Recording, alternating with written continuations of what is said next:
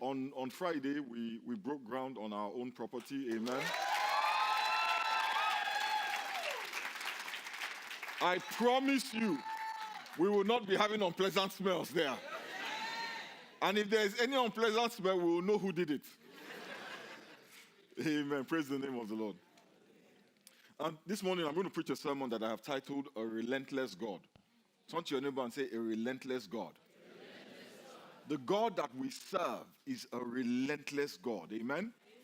You know, this is the last Sunday of the year, and some of us are looking back at the year that is ending. Some of us are glad that the year is coming to an end. I don't know about you, but this was a difficult year for me. It was an extremely difficult year for me. In fact, I was telling the servant leaders this morning that this, I think, has been the worst year or the most difficult year of my life. And that's saying a lot, amen? Because I come from the west coast of Africa, and you know how things can be over there. Amen. It's been really, really tough. And I am so glad that it is over.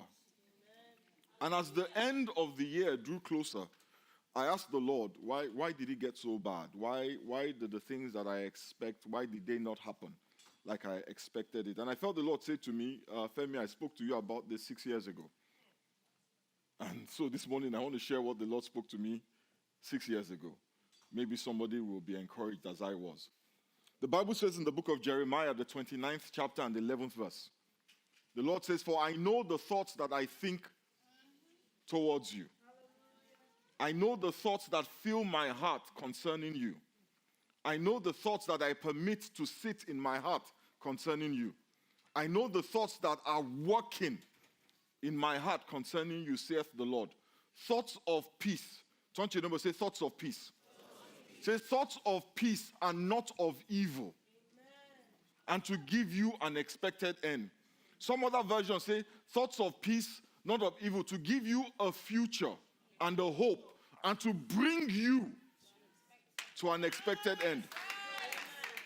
God has an end in mind for you. In every situation that you are in, He has a plan for you. And the plan that He has for you is to bring you from where you are, from the place of difficulty or from the place of challenge, from where you are into the place that He has promised you. To bring you to the end that He has promised you. I know we hear this often, but how does this work? How does God get me from where I am to where He has promised? How does He move me from where I am into that expected end, into that promised end? I want us to be clear that God's will, God's heart, God's purpose, the thoughts of His mind is to bring you not to a surprising end, but to a predetermined end, a preordained end, a pre-promised end. The Bible says in the book of Proverbs 23 and verse 18, it says, For surely there is an end, and thine expectation shall not be cut off. It says, surely there is an end. Surely there is a promise. Surely there is a destination. Surely there is a promised land. Surely there is something that the Lord desires to do for you. Amen. And the expectation, your expectation, shall not be cut off. Amen. What is your expectation of God? What is the basis of that expectation? What is the basis of your hope? Is it based on something God has promised? Is it based on something God has said? Is it based on your understanding of who God is? What is the basis of your hope? If it is based on God's promise to you, the Bible is telling you that hope, that expectation, that is based not on your imagination, but that is based on what God has promised to do for you, says that hope will not be cut off. In contemporary English, that hope will not be disappointed. The way God works to bring us to a promised end is illustrated in the way that God dealt with the Israelites when they came out of the captivity of Egypt. When Pharaoh held the Israelites in captivity, the Bible says that Pharaoh made their lives very miserable. He made their lives miserable because their size and their fruitfulness made him feel insecure. So the Bible tells us that the Israelites, they cried out to God, like many of us cried out to God in 2018. They cried out to God, and the Bible says God heard their cries, and he sent a deliverer to bring them out of their troubles. Now, God did not clap his hands and the gates of Egypt opened. God sent a man. Amen? He sent them a Moses. And Moses goes to Pharaoh and says to Pharaoh, God said, let my people go. God said, let my people go. Yeah? But the Bible says that, if God says it, then it must happen. What did Pharaoh say? Pharaoh laughed at God's word. He laughed and said, you must be a clown. Clearly, you guys have nothing better to do with your time. So he made their life even more miserable. And God responded by releasing a devastating plague on the Egyptians. I'm sure the Israelites thought to themselves that, you know what, once Pharaoh sees the miracles, once he hears the word of God, once he hears all the things that God said to Moses, and Moses shows him all the signs and the wonders, he would let them go. But guess what? His magicians duplicated the miracles. Moses threw his rod on the floor, it turned into a snake. Pharaoh called his boys, guys, they threw their own rods on the floor and they turned into snakes too. Moses' snake ate their snake, but it did not convince him. So they thought, you know what? If the snake did not convince Pharaoh, surely when he sees the Nile turn into blood, he will be convinced.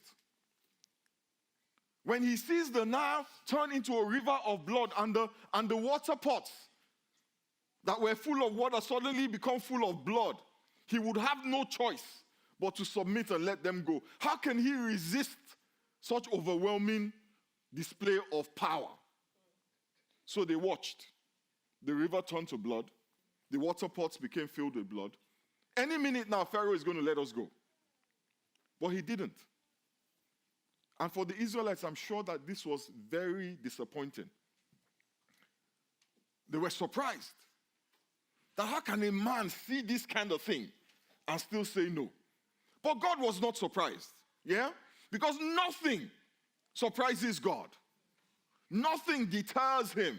The Bible says in the book of Isaiah, chapter 46 and verse 10, only I can tell you the future before it ever happens. Everything I plan will come to pass, for I do whatever I wish. Yes. So when Pharaoh said no, and the Israelites were like, oh my God, God is like, don't worry about it. The Israelites had never seen anything like the plague of blood, so they could not comprehend how such a thing could happen.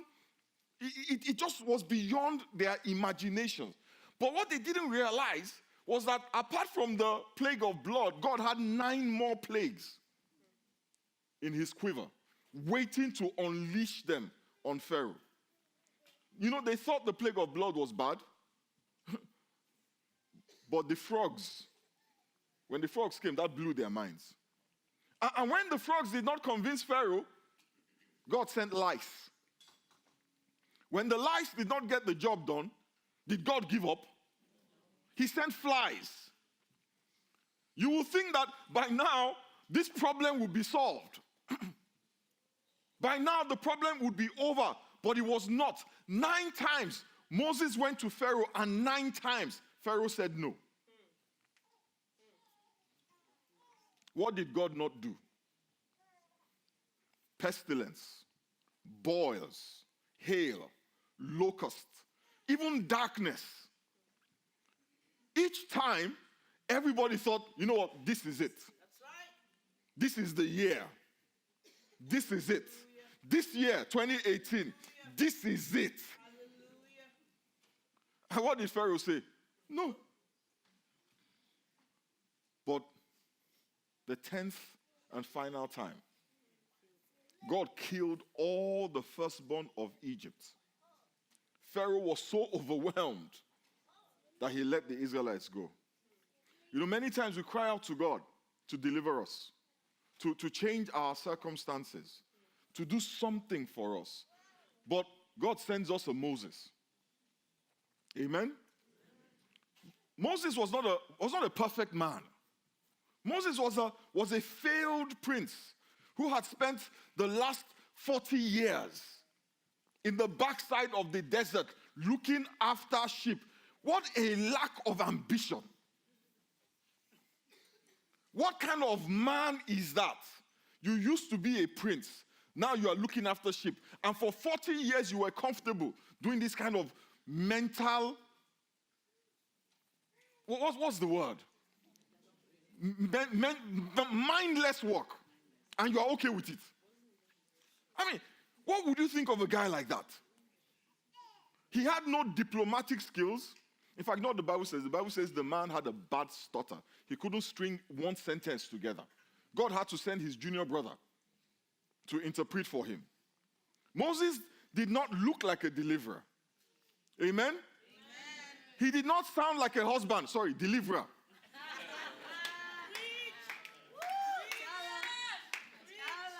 Moses did not look like the six-figure job. Amen? He didn't look like all those things that you thought would solve the problem. And when he showed up in Goshen and said to the Israelites, God has answered your prayers, he has sent me to help you. The people were like, God, is there another one out there? You know, we have to be careful because sometimes your deliverer will not come looking or sounding like a deliverer. Sometimes he comes with a stutter, and instead of smelling of cologne, smells like sheep. How many people have you turned away because they smelled like sheep? How many opportunities have you turned your back on because it had a stutter? Sometimes our solutions do not look like solutions. You know, we have a very human habit of judging books by their covers. We judge people by how they look. Even in situations when their looks have nothing to do with what we need them for. I promise you, those of you that are still trusting the Lord for a life partner, at a certain point, how the person looks is the most irrelevant thing. It's the list of your problems. Don't worry, it's coming. You know, we judge so many situations superficially. We do not look beyond the surface. And too many times we turn our back on Moses. Moses was a man.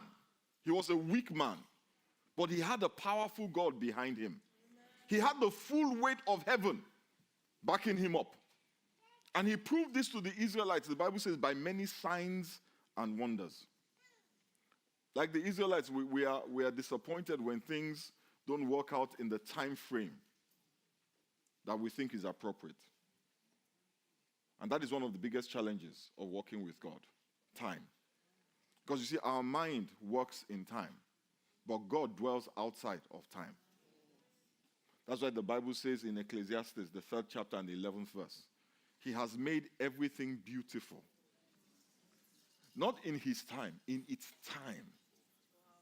In its time. The Bible says there's a time for everything. There's a preordained time. If you force an apple tree to produce apple before its time, you will not enjoy that apple. There are some things that we want that it is not the time for. And every tree is different. The time when the apple tree produces apple is different from the time when the orange tree produces oranges. But we like to compare ourselves with ourselves.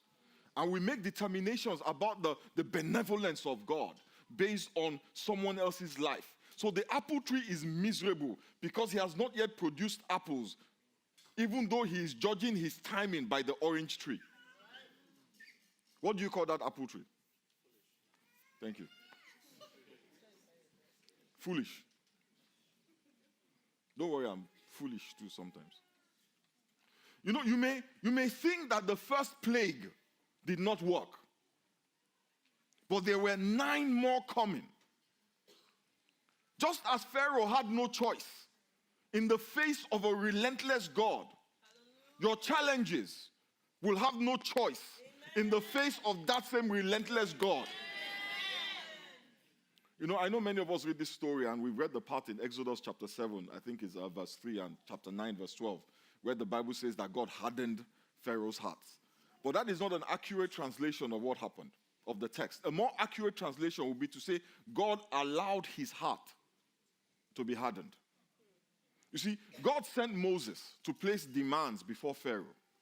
God even accompanied his word with signs and wonders, with miracles, to confirm to Pharaoh that this is God speaking.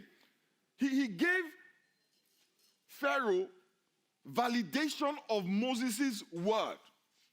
But Pharaoh made up his own mind to resist God's demands. Of his own accord, he stubbornly refused to comply. So why did God not just tweak Pharaoh's heart, force him to let them go? Because God is not a respecter of persons. Everybody, including the pharaohs, have free will. But God is faithful. Hallelujah. Amen? Amen? You see, Pharaoh meant to make their lives miserable.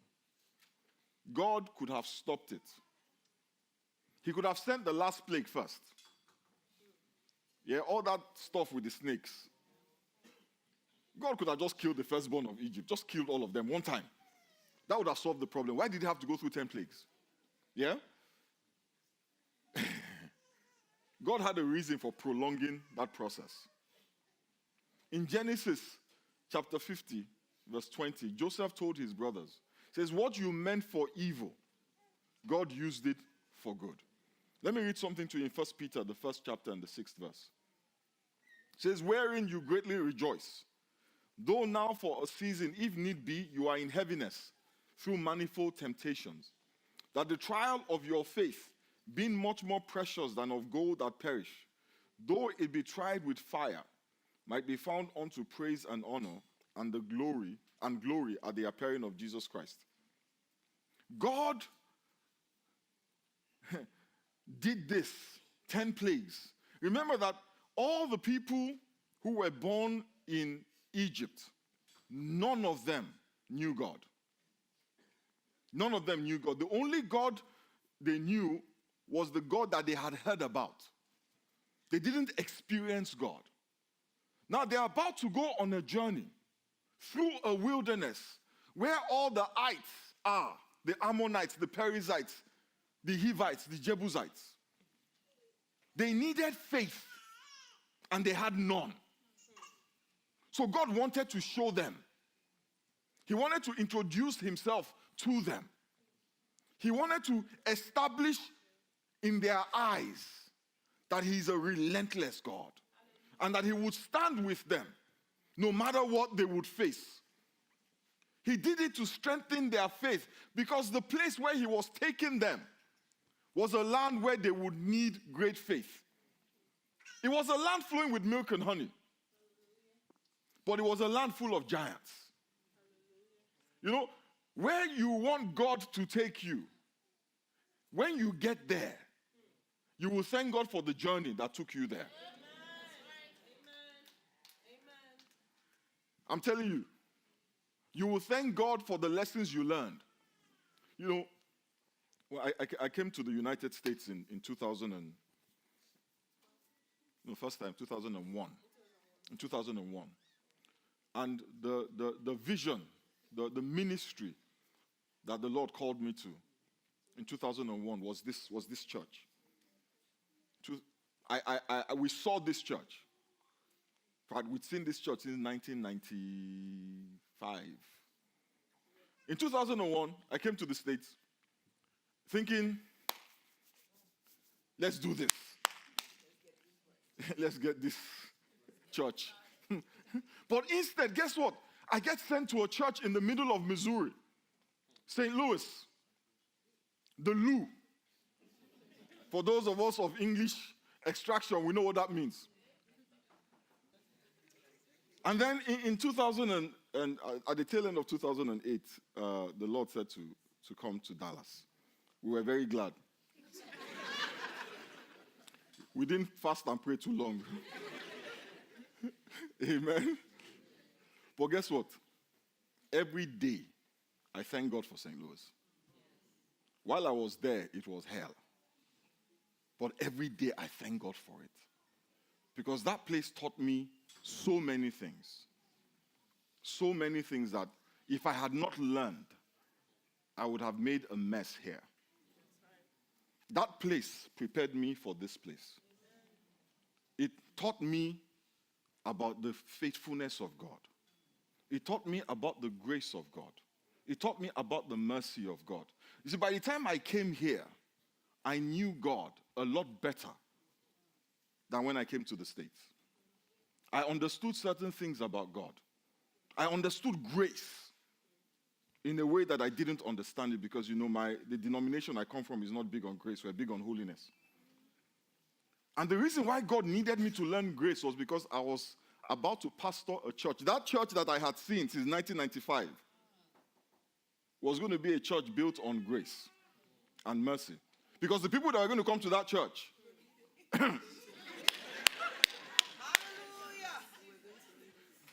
they need plenty of it. And they still do, I agree.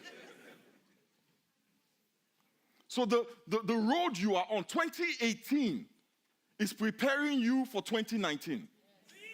As bad as it has been, or as good as it has been, it is a precursor. It is a lead-in. It is preparation for the promised land that God has for you. Being single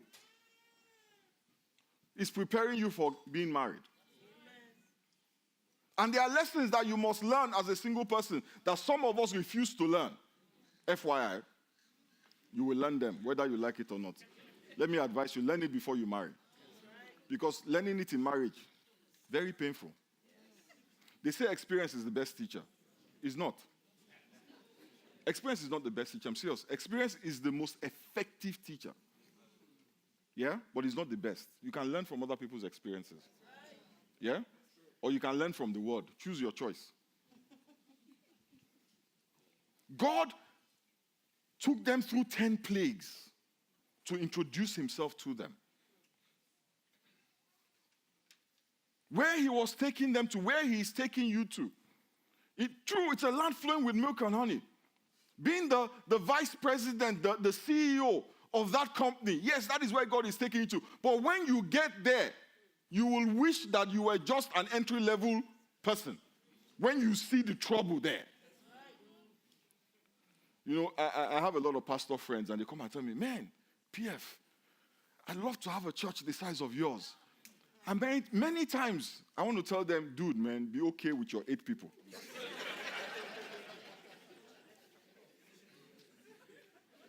I'm serious. I want to tell them, dude, I understand what you think is on this side. And it is a good place to be. But I didn't get gray hair by accident. God is preparing you for a land flowing with milk and honey. But a land full of giants. The pharaohs in our lives, they resist our deliverance. But they can only resist for a season. Eventually, even if God has to send 10 plagues, God will send 10 plagues. God doesn't say, you know what, Femi, I've tried for you. I've sent 5. 5, if it doesn't work, just stay there. He sent 10. He escalated it and escalated it and escalated it until Pharaoh lost his firstborn. Even his horse lost its firstborn. The cattle in his household lost their firstborn. His servants who were firstborns died and lost their firstborns. Pharaoh was like, please, come and be going. Because he could not stand in the face of a relentless God. And that is the God that you and I serve. A relentless God who will not stop until he brings you to the expected end. Says, I know the thoughts that I think towards you. Thoughts of peace and not of evil. Says, I am planning. God is plotting right now. Plotting, scheming, calculating how to get you from where you are to where he has promised he will take you. The Bible says, and we know that in all things, God is actively working. He's in this situation, not as an observer, but actively working to make sure that this situation you are in turns around for your good. The Bible says that at the mention of his name, every knee should bow. Some may bow quickly. Some may want to take their time. But every knee will bow. Every situation will bow. So, the pharaohs that did not bow in 2018, the situations that did not change, the healings that did not come, the breakthroughs that did not show up, the deliverance that we didn't receive in 2018. Yeah? 2019. God is still working. He's still working. Don't let the clock deceive you. Don't let the clocks confuse you. God is not operating on this human calendar. He's operating on an agenda that is driven by his love for you. Everything that he does it because he loves you. And everything that he doesn't do it because he loves you. The battle is not over. It's not even close to over. It ends when you enter the promised land. That's when it ends. God does not stop fighting. He didn't stop fighting because Pharaoh was obstinate. He didn't stop fighting because, one of the things that I keep telling people is that even though the Israelites, God was fighting for them, every time Pharaoh did not deliver, Moses did not deliver them, every time Pharaoh refused to deliver them, how did they respond? They grumbled, they mumbled, they complained. It irritated God, but it did not stop him. Yeah? They grumbled, they mumbled, they complained. It irritated him, but it did not stop him. That means that God is bigger than your grumbling. He's not a fickle person. Yeah? That when your hope is deferred and your heart is sick, he'll be like, oh, you don't trust me? I'm going to show you. You're going to stay there for the rest of your life. That's not the God we serve. That wicked God that we have been taught. That small God. That is not the God that delivered Israel. Yeah? So relax. Yeah? And look to the year ahead with expectation. There are more plagues coming if Pharaoh doesn't let you go. Because he will. Because he must. Let us bow our heads and pray.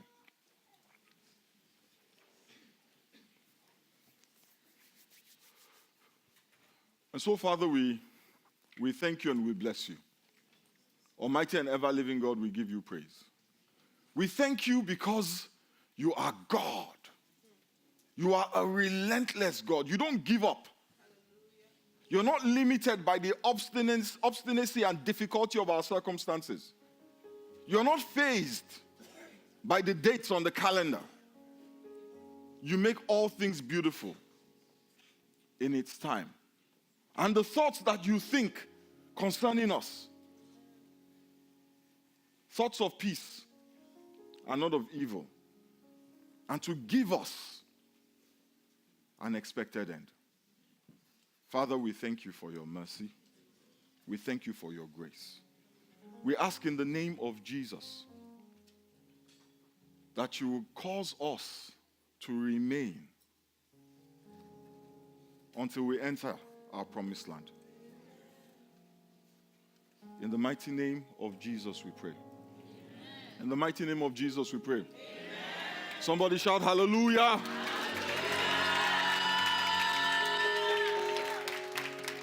You know,